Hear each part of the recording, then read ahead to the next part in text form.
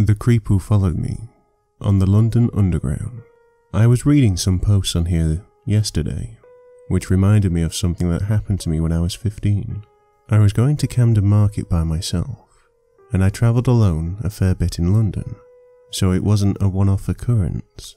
I knew where I was going, and felt safe as usual. It was February, I think, and it had been raining the day before, because I remember I was wearing a raincoat, in case it rained again. A few stops after the tube left my station, my let's not meet got on. It was obvious from the start he wasn't right. Everyone was wearing coats or jackets of some sort, but he got onto the train wearing a vest, shorts and flip-flops. So straight away, I'm thinking what a weirdo. He gets on the train, starts looking around for a place to sit. I make an effort not to make eye contact because he looks like the sort of person who would come and sit with you if you did. He sat down a fair way away, at first, so I was relieved. But out of the corner of my eye, I could still see him looking around constantly. A few stops later, he moved to a seat closer to me. I'm thinking, oh fuck.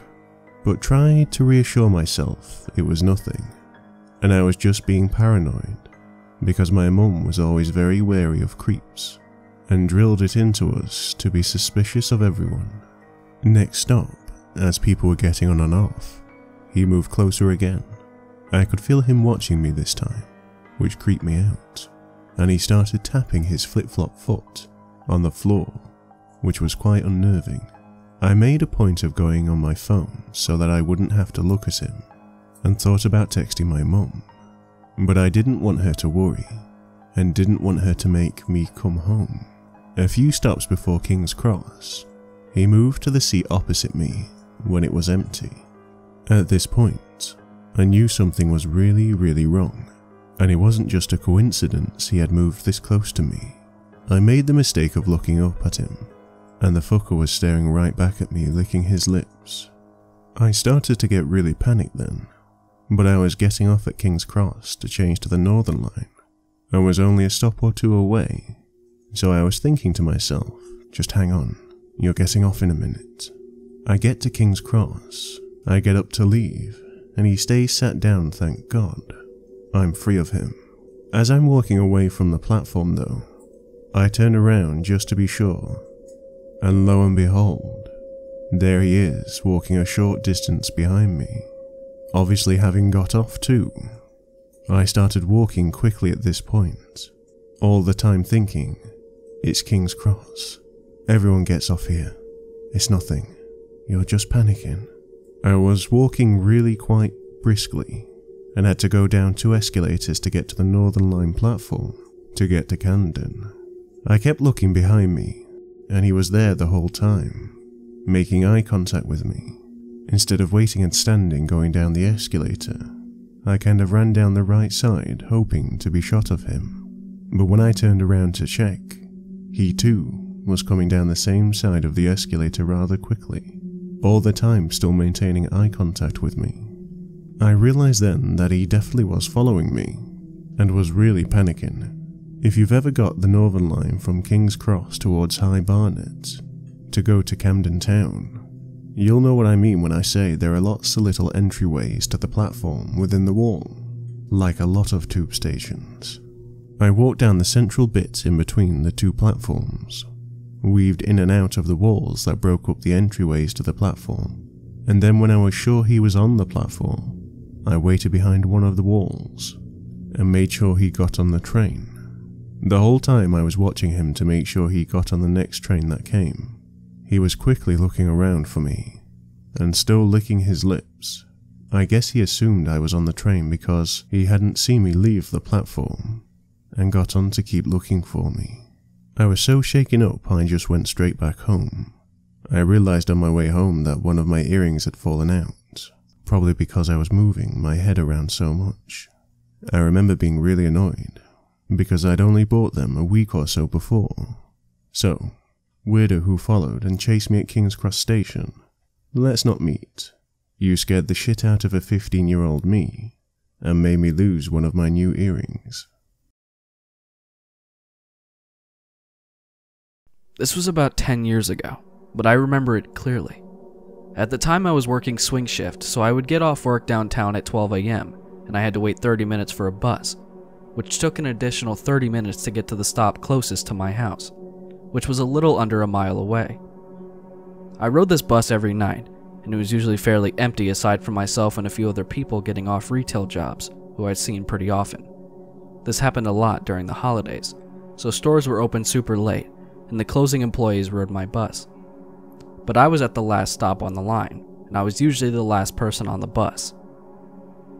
This night, the same people as always got on the bus and got off at their regular stops.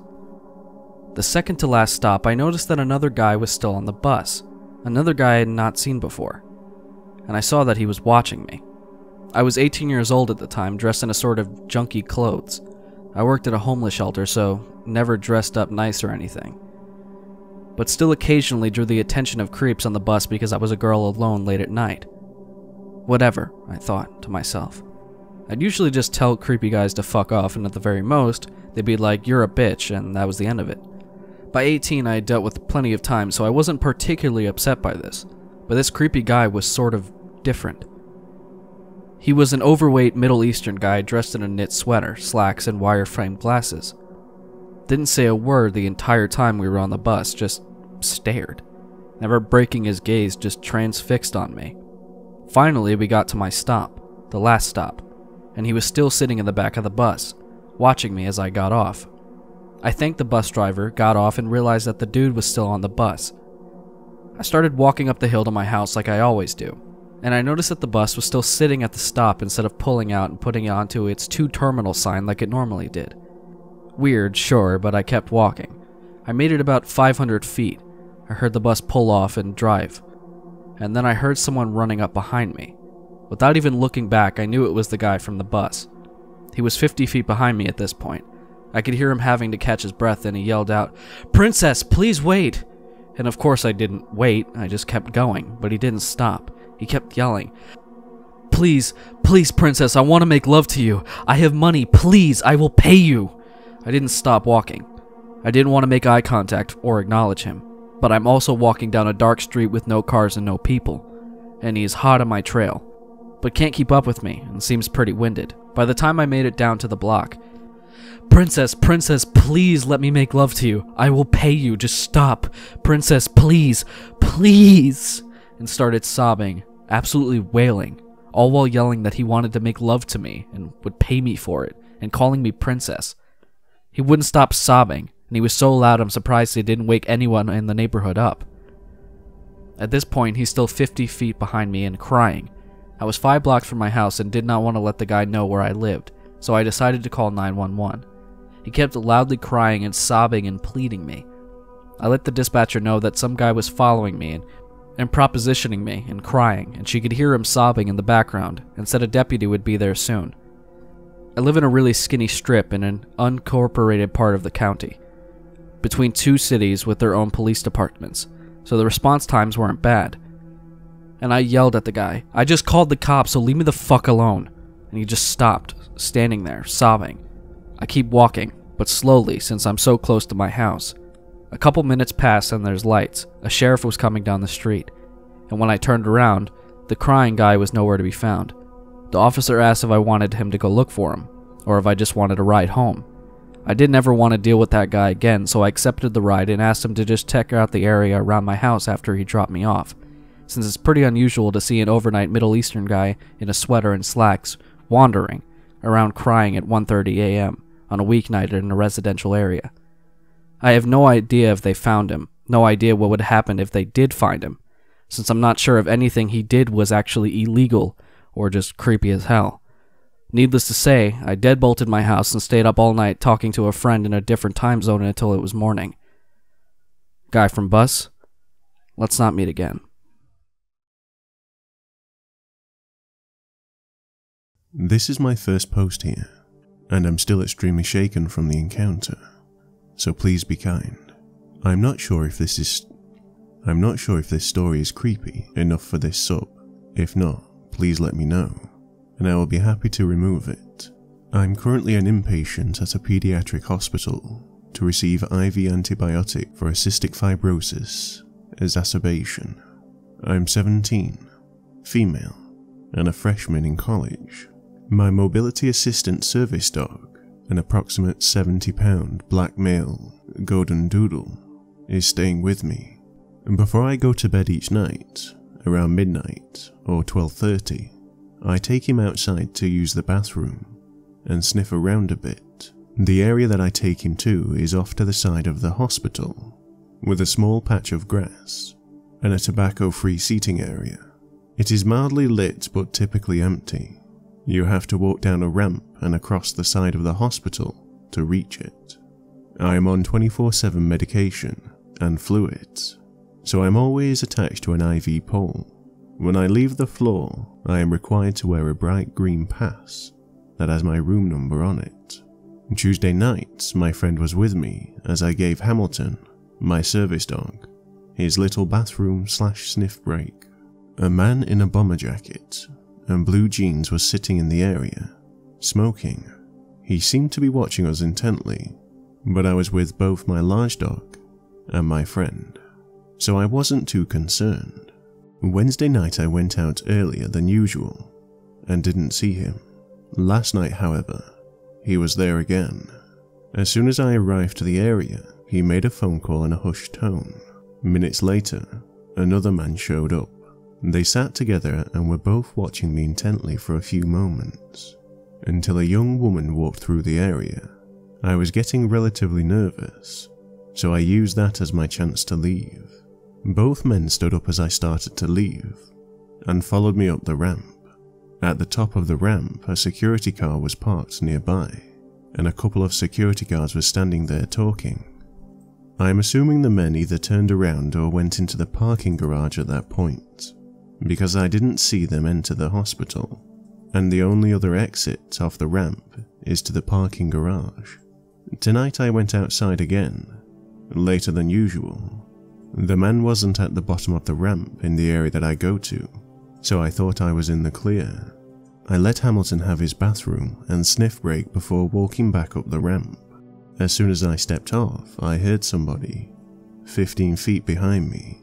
It was the same man in the bomber jacket, coming from the parking garage. He was carrying something small and narrow. I believe it could have been a knife. Nobody was in the vicinity, so I sped up. Every time I looked back, he immediately made eye contact. If I sped up, so did he. At one point, my IV pole got stuck on part of the sidewalk, so I had to stop and lift it. The man picked up his pace, almost jogging now. My dog heard this and turned around. I'm sure that Hamilton picked up on my nerves, and he assumed a big, intimidating stance that I read as, "Hey buddy, you really don't want to come any closer." He didn't growl, bark, or anything else. Service dogs cannot act aggressively, but stood there and stared intensely at the man while I lifted my IV pole. The man ducked behind a pillar for about 10 seconds as I told my dog to leave it, and we made our way as quickly as we could to the hospital doors.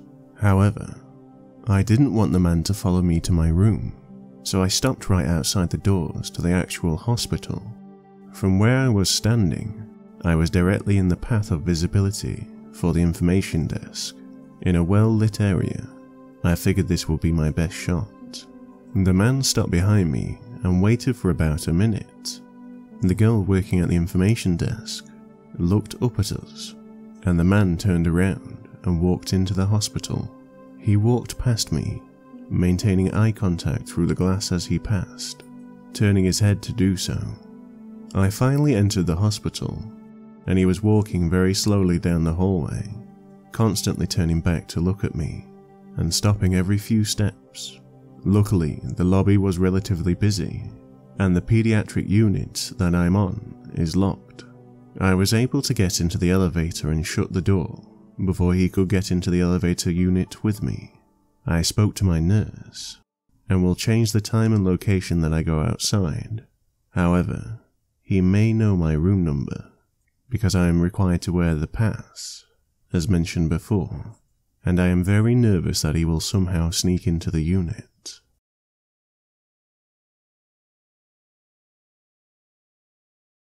This happened about 4 years ago. I had just graduated from high school and was a month and a half into summer break.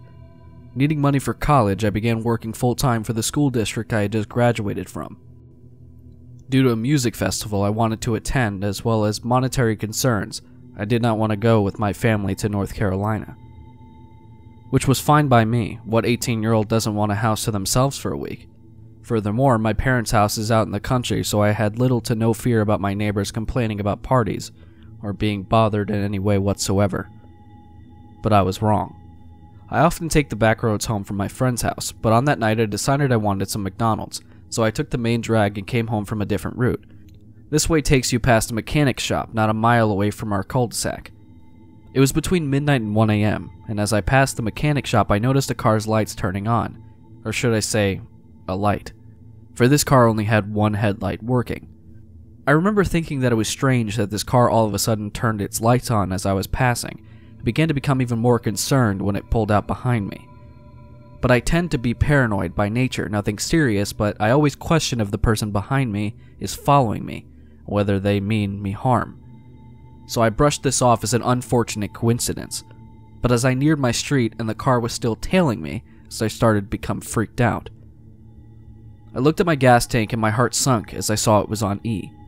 Either I pull on my street and go home, or I risk driving around some and seeing if this dude follows, yet that option held the risk of my car running out of gas and leaving me stranded on the road, and I figured I'd rather take my chances on my own soil than on the side of some dark and lonely country back road. So I turned onto my street, only to have my heart sink when the one headlight car makes the turn right behind me. And at this point, I know I'm screwed. With nothing left to do, I begin pulling up my driveway. It's a hill about 100 yards long. To my utter horror, they begin to follow me up. Looking back, I should have called the cops, but there's no love lost between law enforcement and myself, and at the time I was too caught up to even consider calling them. If my family would have been home, this never would have happened. I could have called my dad and he could have grabbed his gun. But he, along with the rest of my family, were gone, 12 hours away at the beach. So when they began to drive up my driveway after I stopped out and put my car in reverse, they responded by reversing as well, yet they stopped at the bottom, effectively blocking my driveway. At this point, I pulled forward again only to have the same jig and dance happen. They followed, I reversed, they reversed, and sat at the end, blocking my escape. I quickly pulled up and turned my car around to come at them head on, but by this time they were halfway up my driveway, the furthest they had come up. Looking back, I was terrified, alone, and angry. Who did this person think they were? With my brights on and shining right into their face, I opened my car and got out. I pulled out my pocket knife and grasped it in my left hand while I grabbed my hammer in my right. I used to keep one in between my sear and my door. In some weird, desperate mindset, I made a split-second decision to grab the hammer from the head with the handle sticking out. My hope was that it would be mistaken as a gun. I began yelling and pointing my hammer gun at the car, screaming at them to get the fuck out. And what do you want, you motherfucker? All the time I yelled my hammer as a gun and prayed they would fall for it. Whether they did or not, I cannot say.